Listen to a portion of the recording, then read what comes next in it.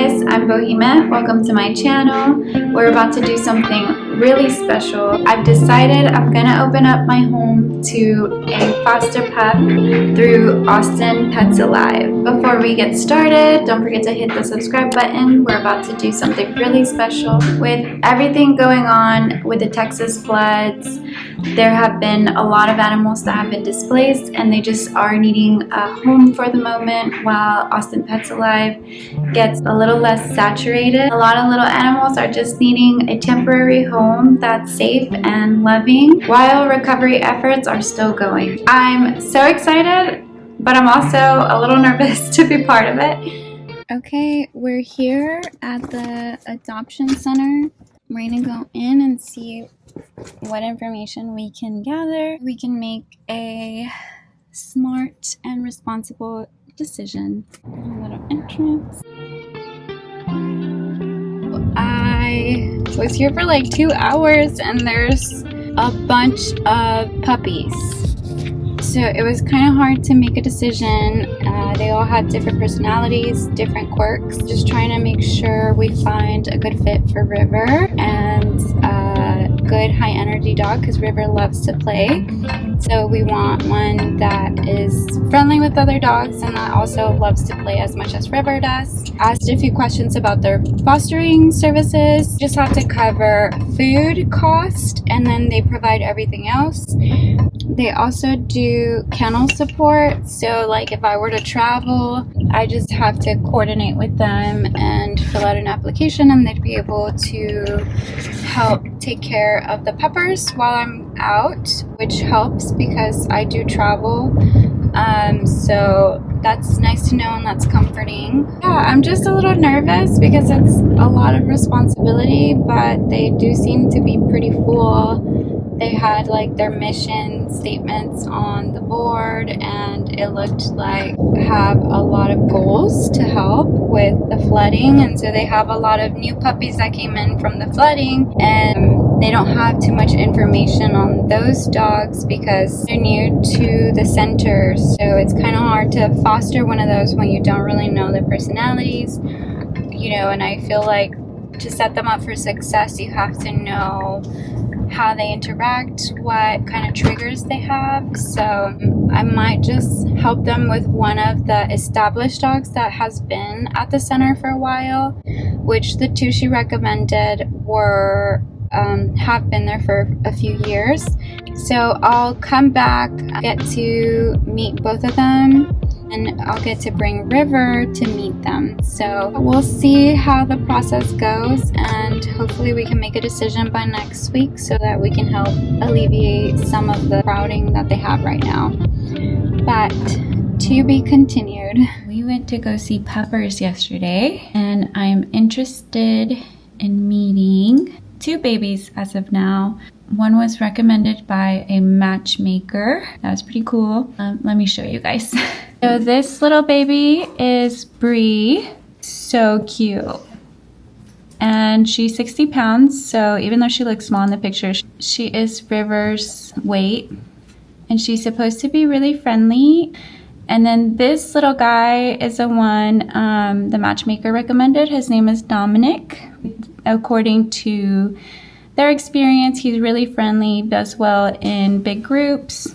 And then this little man is 4 years old. He's around River's age. Look at that little face.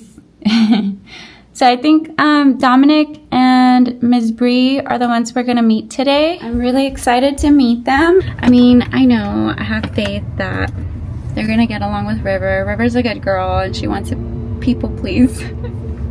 She wants to doggy please. She is a big lover girl. So maybe we can provide some love, provide a safe home, some love, and some exercise for these babies. So I'm back at Austin Pets Alive. I came to meet the 2 potential foster puppies. Well, they're not puppies, they're pups. They're older, but we're here. Before we get going, please remember to hit the subscribe button and that way we can keep in touch and come hang out with me. It is so hot out here.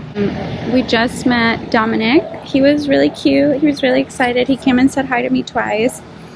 and then he just kind of hid because he was hot. He was like digging, trying to cool off.